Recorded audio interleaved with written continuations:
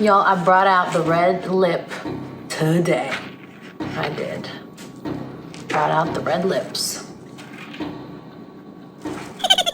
Hello, everyone. It is Jacqueline Belle. Thank you all so much for joining me today on the Divorcee Diaries YouTube channel. For all of you that don't know, I also have a blog. So feel free to go ahead and check out the blog because the video I'm doing today is actually an expansion of the blog post that I did that had a lot of views. So I figured it'd probably be the best that I also do a video on this topic, which is how I got divorced. Now, I don't want to have this be like how to get divorced.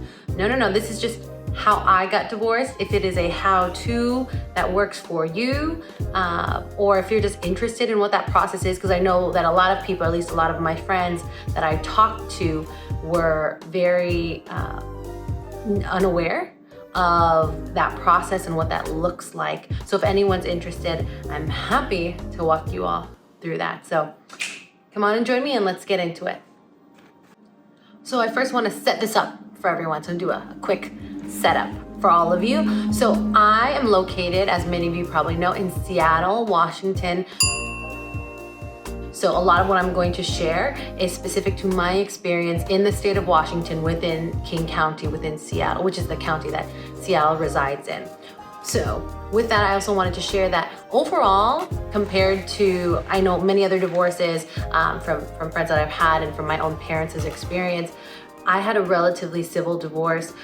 It was fairly clean. It wasn't messy.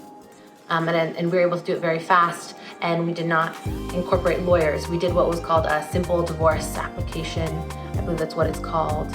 Hold on, let me see if that's, yes, it was, simple divorce application. We also didn't have much assets. We really just had our house, which we already agreed upon would be split 50-50. So there wasn't too much to really divvy up. So what I first want to go through with all of you is the steps and a very simplified overview process. I don't want to get into too many details, but I also want to highlight a few recommendations that I have if you are someone that is currently going through this circumstance or has to go through this circumstance. I'd love to share some of my wisdom through experience with all of you. So let's get into steps. So the first step that you want, or that you'll have to do, is to retrieve the paperwork. So you can retrieve the paperwork online. You can also go pick it up at the courthouse. It's up to you. But when you do pick up the paperwork, whoever does pick up the paperwork, whichever one of you two, because we're talking about a marriage here, whichever one of you two picks it up is the petitioner. So in my case, my ex-husband was the petitioner. He picked up the paperwork and brought it to me as the respondent. So I was the respondent, responding to the paperwork he was going to file in our divorce. And the third thing that we did after he brought it to me was that we looked over it together to make sure that everything was sound. He had talked to the courthouse a little bit more just to get an overview of what each item on the simple application meant and what that means. And we were able to talk about it. And I was reading through it thoroughly, wanted to make sure that everything on there that I'm signing off on made sense and that we're still splitting everything 50-50. I will say I don't recall everything in the application, but it's a lot simpler when you don't have kids. And also if you don't share a lot of assets, because you do have to identify what assets you're going to distribute, how you're going to distribute them, and whatnot. And luckily for my ex-husband and I, we actually kept things very separate. And who knows, that could have been happenstance, it could have been foresight on my part, because I was actually very adamant about wanting to not keep things separate. Like we had we shared everything, and so we're on each other's accounts, but we were not utilizing each other's accounts. So he had his freedom to do what he wanted. I had my freedom to do what I wanted with my investments, with my retirement, and with the money that I earned, and vice versa for him as well. So that's just how it worked out, and made it very, very seamless as far as being able to cut ties there.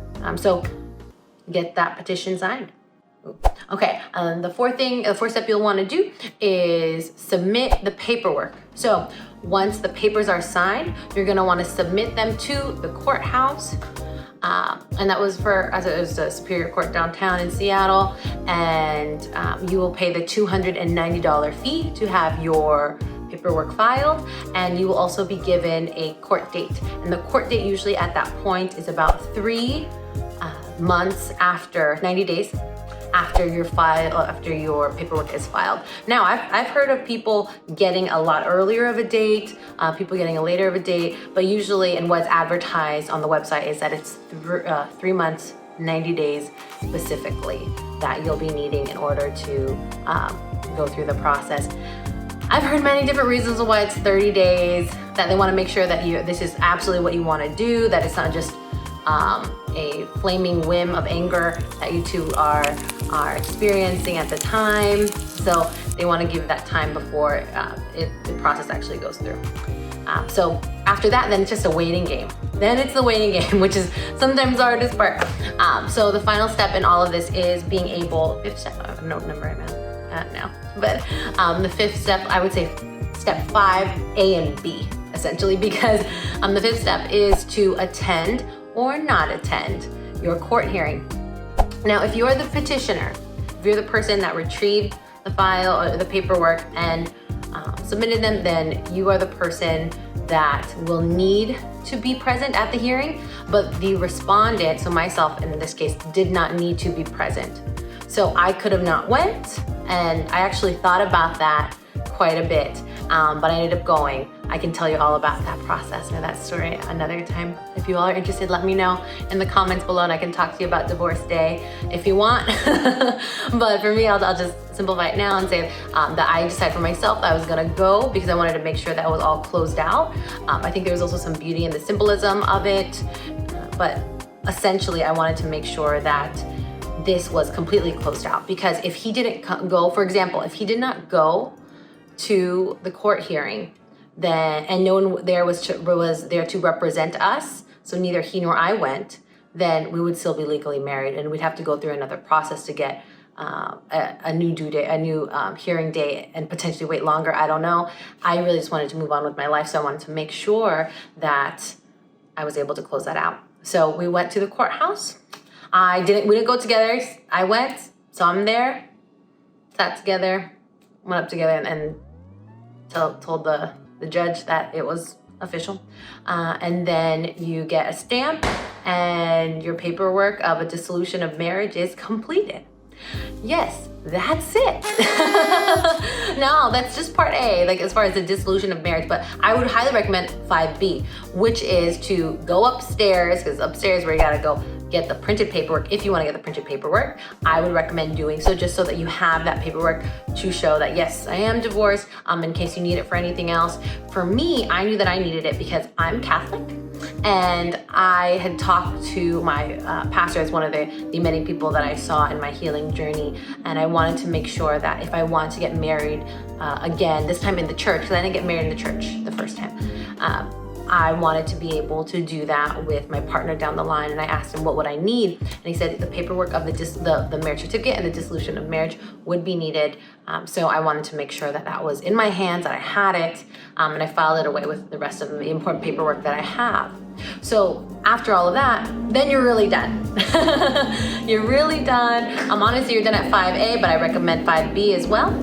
And that's it. That is honestly it, which is not as daunting, hopefully, as I think it might be for some of you, because I know I've been reached out to by some individuals who have mentioned that it's just really scary for them and they're not sure if they want to do it. But hopefully this provides you with some comfort if you do have the fortunate circumstance of not having kids and being able to have a seamless transition or a seamless separation or a seamless divorce, specifically in this case. Hopefully this will provide you some solace in knowing that the hardest part is not filing for divorce. That is not the hardest part. That is a process, and the process is pretty straightforward and it's pretty simplified, especially if you're doing a simple application of divorce, a simple dissolution of marriage. It's more difficult in the healing process, for sure. So now I want to talk about my recommendations. Okay, and I have 5 recommendations for all of you in regard to if you have to go through this type of divorce and how to make it as seamless as possible. So my first recommendation is keep it civil. As hard as it may be, and believe me, it can be very, very hard, try your best to make sure that it is as civil as possible with your partner, and I remember during specific times where I was just so upset, so upset that I had to go through all of this, that I made the decision to marry this person, all these things. But really, it's when you look at what the situation is and the circumstances, realizing that it pays to just get to be cordial to one another. I'm not saying friendly. You don't have to be like, hey, ex-husband, hey, ex-wife, hey, how about we go do this? No, don't. And if anything, that's just more annoying. So I would recommend actually just being able to focus on what it is that you all need to do and being civil. Just being civil to one another will go a long way. The second thing I want to recommend is to be definitive. So being definitive, meaning that do not flip-flop between, well, I still want to make it work, or maybe he's just having a hard time, or maybe she's just, needs some space. No. Be definitive. When you both decide that it is over, when that is determined by the both of you, then let it be. Do not flip-flop back and forth like, well, what if he didn't mean it? What if she actually is going to change your mind? It doesn't matter. You have to do what's best for you. And honestly, I think it'll be the best thing. In my opinion, I think it'll be the best thing for you because when you're definitive, you're able to move forward with that decision that you made. You do not have to backtrack any longer. My third one is move out as quickly as possible. It is going to help out with your healing process. I do not know how some of my divorced friends or people in the world have been able to be living with someone at the same time when they're technically divorced or getting a divorce. I think those are some of the most amazing people that I admire in the world. But for me, it was just gut-wrenching and heartbreaking. So being able to get out of your circumstance as fast as you can will help speed up the healing process. You will heal sooner than you think. Also, when you do start to move out, focus on the task at hand, because the move out process is one of the most physically draining processes of the divorce, especially when you go from cohabitating with one another to having to be essentially no longer being a husband or a wife, right? So you want to be able to do it fast. So if you know yourself and know that there are some things that are extremely, that incite sentimentality, then I would not recommend you taking on that task. Grab your love bubble, okay? Grab your family, grab your friends, grab your ride or die, whoever is your ride or die, whoever is available to be set on those tasks. So for myself, I know I've mentioned this in another video, but some of the things that I got rid of to help with my healing, and I knew that was so hard for me, but I knew that I needed it so bad, was like some of my pictures, my tangible pictures of us together, my wedding, anything else, vacations and things like that. For me, the pictures that I wanted or needed, they are digitally available if I need them, but physically I needed to let certain things go and not take them with me. I wanted nothing to remind me of what that was, because I knew I needed to heal for myself. So I have a select few